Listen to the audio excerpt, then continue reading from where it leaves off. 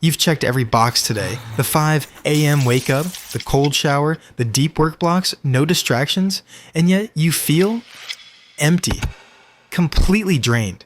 You are not winning. You are surviving. And there's a massive difference. What I have discovered will change everything about how you approach success, energy, and what it actually means to have a winning daily routine. When you measure winning by how depleted you feel at the end of the day, you've already lost. We've confused constant motion with meaningful progress, mistaking busyness for actual achievement. The thing is, this approach doesn't build success, it burns through your capacity to sustain it. Real success means having both the accomplishment and the capacity to appreciate it. That's the foundation we're building here. The first 60 minutes of your day decide the emotional tone for the next 16 hours. Not your productivity, not your checklist, your emotional tone. Be honest, how many times have you scheduled a perfect morning routine, only to hit snooze, scroll social media, and feel burnout by noon? You're exhausted because the system you're following is designed to fail. Imagine your brain is like a fresh sheet of paper every morning. Now, imagine the first thing you do is let random people walk across it with muddy shoes. That's what checking your phone does. That's what diving straight into email does. You're letting the outside world write the first draft of your day. The mindful launch is about reclaiming authorship. Delay screens for at least 30 minutes? This isn't about being anti-technology.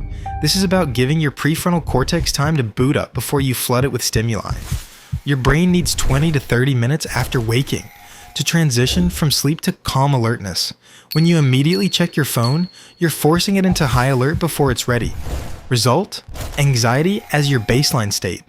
Drink 16 to 20 ounces of water within the first 10 minutes of waking. Your body is dehydrated after 7 to 8 hours without water. Then move. I don't care if it's yoga, a walk, stretching, or dancing to 90s hip hop. Movement signals to your body. We're awake, we're safe, we're in control. This isn't about optimization, it's about basic neurological respect. Here's where most morning routines go wrong.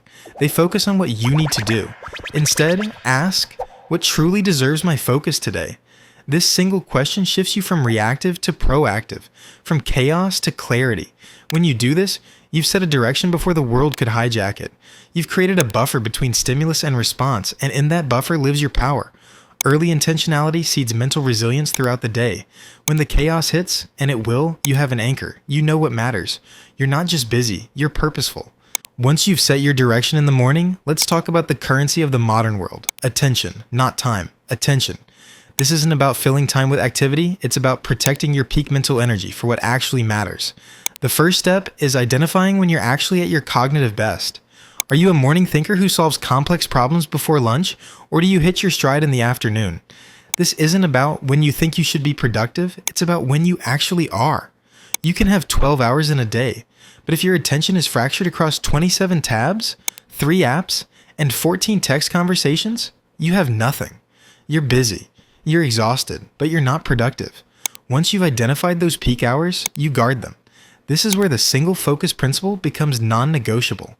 You don't multitask during deep work, you monotask. One major objective per block, not 3 priorities, not a list of tasks, one thing that deserves your full cognitive resources. The temptation will be to handle smaller tasks first, to clear the deck, but that's just procrastination disguised as productivity. Think of your brain like a smartphone battery. Every time you switch tasks, that's a mini drain on the battery. Deep work is like putting your phone on airplane mode. You're stopping background processes to maximize power for the main app. The typical approach is to work until exhausted, then take a break. The strategic approach is to work in focused sprints with planned recovery.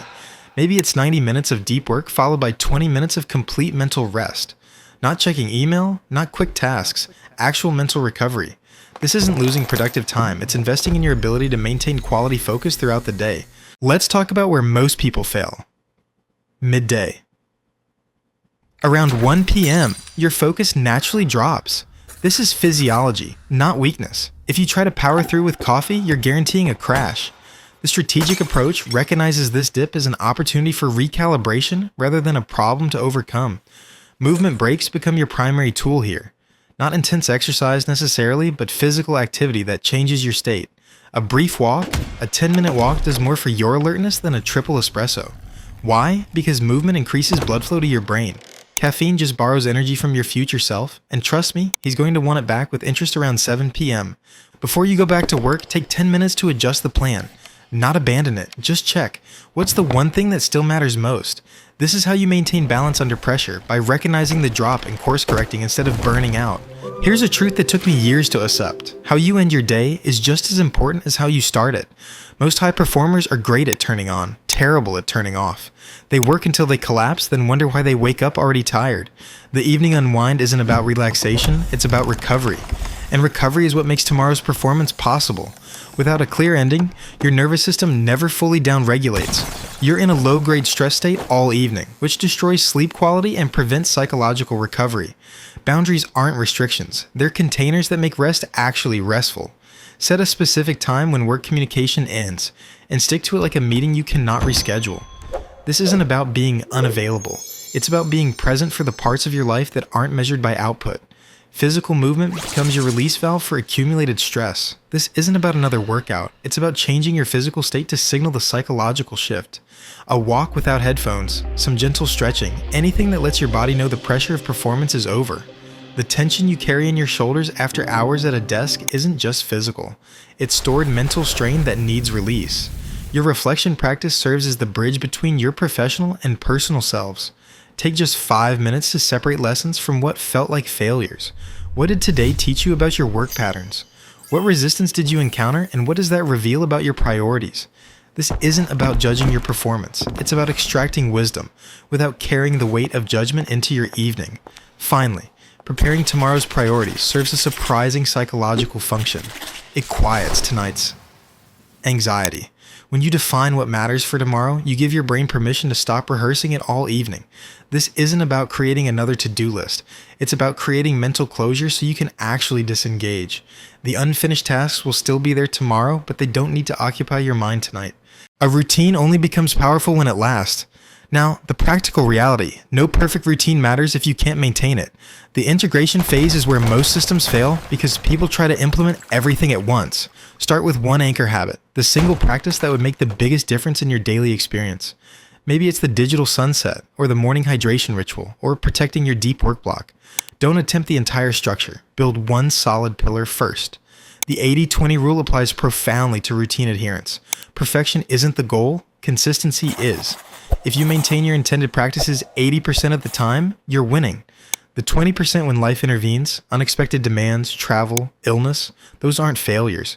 They're data points about how to make your system more resilient. The people who sustain routines long-term aren't those who never miss a day. They're those who return to the practice after inevitable interruptions.